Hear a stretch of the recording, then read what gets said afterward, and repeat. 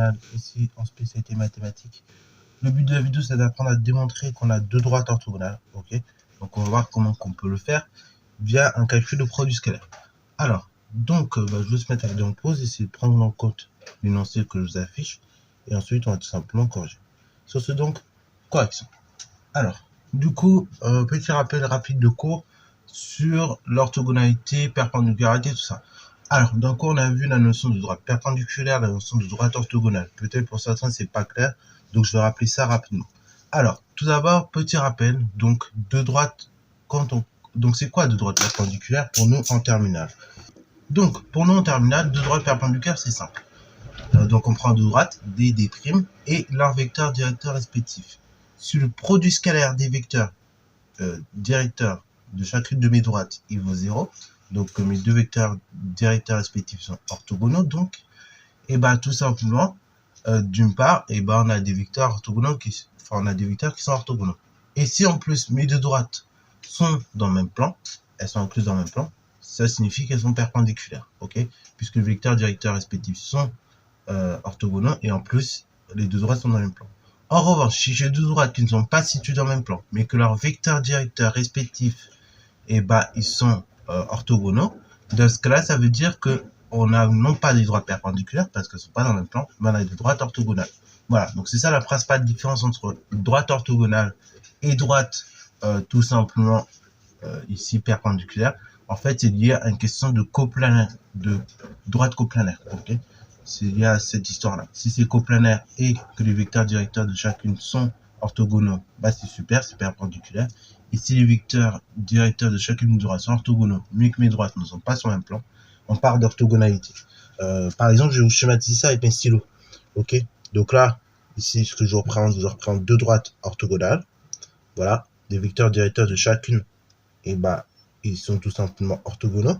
Mais en revanche, mes deux droites là ne sont pas sur le même plan. Par contre, si je ramène mes deux droites sur un même plan, que mes deux vecteurs directeurs de chacune de mes droites, ici, ils sont orthogonaux, et bah dans ce cas-là, automatiquement, mes deux droites là, elles sont perpendiculaires. Okay, donc voilà un petit peu la notion de perpendicularité, orthogonalité, faire gaffe à pas confondre ces deux choses-là. Et donc ici, on va voir ça sur un tétraèdre régulier. Alors, donc, tétraèdre régulier, qu'est-ce que c'est que ça? Pour certains, ça paraît récent, pour d'autres, ça paraît vieux. Donc, on va expliquer ça, parce que c'est vrai que ça fait longtemps qu'on n'a pas fait de géométrie en espace avec des tétraèdres et autres. Donc, un tétraèdre, j'y arrive. Ça ressemble à ça, déjà, en perspective. Bon, alors là, c'est mal dessiné, je suis désolé, c'est une figure à m'enlever. Voilà, comme je vous l'ai dit, j'aime pas les énoncés. Donc, moi, je fais toujours des figures à m'enlever. Voilà, donc A, B, C, D. Ok, le but, c'est de montrer quoi? C'est de montrer que les droites AD et BC que vous voyez là, elles sont orthogonales. Alors, pas facile à visualiser sur une perspective, je vous l'avoue. On a même l'impression qu'elles sont parallèles. Mais en fait, c'est lié au fait qu'on a un tétraèdre régulier. Tétraèdre régulier, ça signifie quoi? Ça signifie que toutes vos faces, déjà, c'est des triangles équilatéraux. Et des triangles équilatéraux de même mesure. Voilà. Donc, même longueur, même angle. Donc, c'est pour ça qu'on nous dit la longueur ici, c'est L à chaque fois. Alors, ce que je vous propose là pour voir un peu mieux les choses, c'est non pas ma petite figure à main levée assez moche, c'est un petit logiciel GeoGebra qui me permet de voir ça. Alors, donc, sur mon logiciel GeoGebra, j'ai présenté donc mon tétraèdre ABCD, les droites AD et BC dans le premier temps dont je vais montrer qu'elles sont orthogonales. Alors, pour montrer qu'on a des droites orthogonales, on va passer ici par les vecteurs. Et c'est là le plus grand travail de cette vidéo, c'est finalement de passer par les vecteurs. Alors, comment qu'on va faire avec les vecteurs? En fait, on va tout simplement montrer dans le premier temps que le produit scalaire de chacun de mes vecteurs directeurs des deux droites là, il vaut 0. Et une fois que je serai arrivé à montrer ça, dans le second temps, je dirais que mes droites sont orthogonales. Puisque après, mes deux droites là, comme vous pouvez le voir, AD et BC, elles sont pas sur le même plan. Donc du coup, conséquence, elles sont orthogonales. Ok. Alors let's go, on y va. Maintenant qu'on a un peu compris l'objectif de tout ça. Donc on y va, maintenant qu'on a compris l'objectif de tout ça. Donc, on va exprimer AD scalaire BC. Voilà, donc c'est ça l'objectif. Et l'objectif, c'est de montrer que ça vaut 0, ce produit scalaire. Alors, comment je vais y arriver?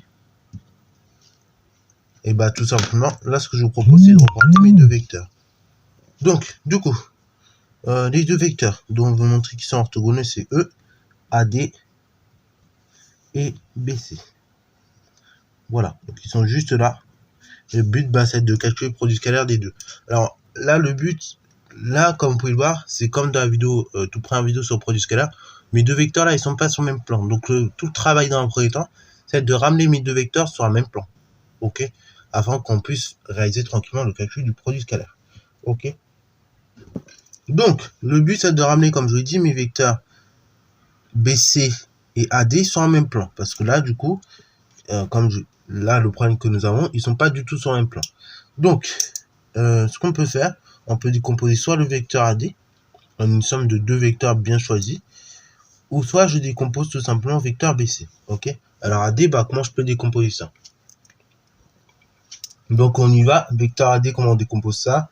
Et ben on dit que c'est vecteur AC plus vecteur CD. Ok. Voilà, donc on peut faire comme ça. Sinon, bah, dans le second temps, je décompose le vecteur BC. Donc le vecteur BC, bah, on peut dire c'est vecteur BD plus vecteur DC. Bon, donc là, vous voyez bien qu'il y en a un qui est plus avantageant que l'autre. Hein. Vecteur AC plus vecteur CD, ou bien vecteur BD plus vecteur AC. Donc là, on voit que c'est le deuxième chemin qui est plus avantageant, qui me permet de ramener à chaque fois les vecteurs sur un même plan. Donc là, on va plutôt choisir de décomposer le vecteur BC. Pareil, vous prenez le chemin qui vous avantage le mieux. Ok. Alors pourquoi je dis ça m'avantage? Parce que là, si j'aurais décomposé mon vecteur AD, bah, j'aurais vecteur AC plus vecteur tout simplement CD. Le problème qu'il y a, bah, le vecteur AC et vecteur BC, bon, on peut faire un calcul du produit scalaire, mais ça aurait été peut-être un peu plus difficile. Donc là, bon, en fait, je prends le chemin qui m'arrange. Après, bon, si vous arrivez à le faire avec vecteur AC et vecteur CD, ça marche aussi. Ok. Mais honnêtement, bon, c'est plus simple de le voir comme ça. Donc on y va. Donc j'ai dit c'est vecteur AD scalaire, donc vecteur BC. Vecteur BC qui est aussi égal au vecteur BD plus vecteur DC.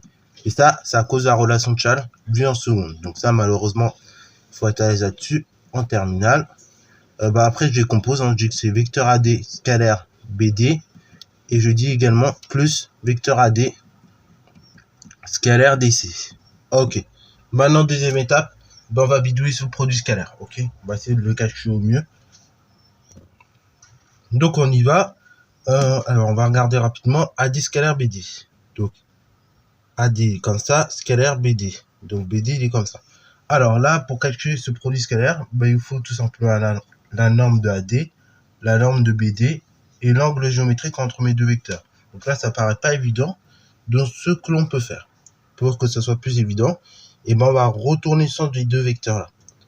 Donc du coup, ça va rien changer au produit scalaire parce que vous aurez moins vecteur AD et moins vecteur tout simplement BD. Et donc moins par moins, ça fera plus. Donc on va directement mettre ce que ça nous donne.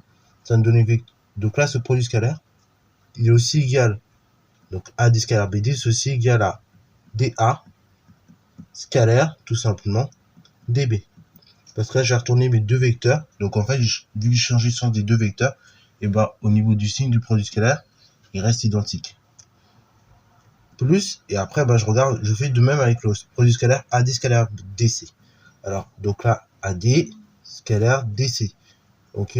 Donc là, ben, ce que je peux faire, pour me faciliter la vie, je retourne le premier. Ok. Donc là, AD, ben, je dis que c'est moins DA. Enfin, c'est moins AD. Et donc, du coup, ça sera moins. Donc là, comme je voulais dire, DA, je peux dire c'est moins AD. Et donc, par conséquent, pour qu'on reste sur le même signe, on va dire que moins DA scalaire DC. Et donc là, ça nous donne le deuxième produit scalaire. Parce que oui, comme j'ai retourné ce vecteur-là, là, il y a un moins. Après, on calcule tranquillement. Donc là, je dis c'est norme de DA. Donc, fois norme de DB. Fois cosinus de l'angle. Donc, orienté entre les vecteurs DA et DB. Et après, bah, je continue de même. Je dis que c'est... Alors, on peut mettre en plus, on va mettre en moins. Parce que plus suivi de moins, ça fait moins. Donc là, après, je dis c'est moins norme de DA multiplié par norme de DC fois cosinus de l'angle orienté entre mes vecteurs DA et DC. Voilà. Bon, on y va. Alors, je vais mettre des couleurs parce que là, ça va être plus pratique. Donc ça, ce produit scalaire, DA scalaire DB, je vais mettre en rouge. Et l'autre, produit scalaire, DA scalaire, DC, là je le mets en vert. Voilà, donc on y va. Alors, norme de DA, bah, c'est longueur DA tout simplement. Et ça, c'est L. Parce qu'on est sur le tétraèdre. Ensuite, longueur DB, DB, il est là. Donc, c'est également L. Fois cosinus de l'angle entre des vecteurs DA et DB, fois cosinus de cet angle-là, bah, comme on est sur un triangle rectangle, un triangle équilatéral plutôt, parce que tétraèdre régulier, donc là, l'angle ici, c'est pi sur 3. Donc, fois cosinus de pi sur 3. Alors, pi sur 3, ou si vous voulez la faire en anglaise, ça, c'est un truc que j'ai découvert hier d'ailleurs, que les Anglais, en fait, ils travaillent pas en radian. Voilà, par exemple. Et bah, si vous voulez faire en anglaise, vous dites ça fait 60 degrés. Voilà, donc soyez pas choqués si un jour vous passez un concours de maths en anglais ou un truc comme ça. Les Anglais, ils travaillent très peu en radian. Voilà, je sais pas pourquoi. Je viens de le découvrir hier, en regardant une petite vidéo comme ça sur YouTube. Comme quoi, des fois, les vidéos, ça vous sert. Mais voilà. Donc, on continue. Après, donc, pour le produit scalaire, DA scalaire DC, donc on a dit c'est norme de DA fois norme de DC et fois la cosinus de l'angle orienté entre les deux vecteurs. Donc on y va, donc on prend DA, la longueur DA, du coup, DA, bah, on a dit c'est L. Fois norme de DC, bah, DC, à nouveau L, fois cosinus de l'angle entre mes deux vecteurs, entre DA et DC. Donc, j'ai DA comme ça, j'ai DC. Donc là, c'est vrai, on ne le voit pas bien, on est en perspective, mais il faut imaginer. Donc, ça, c'est en dessous, ok?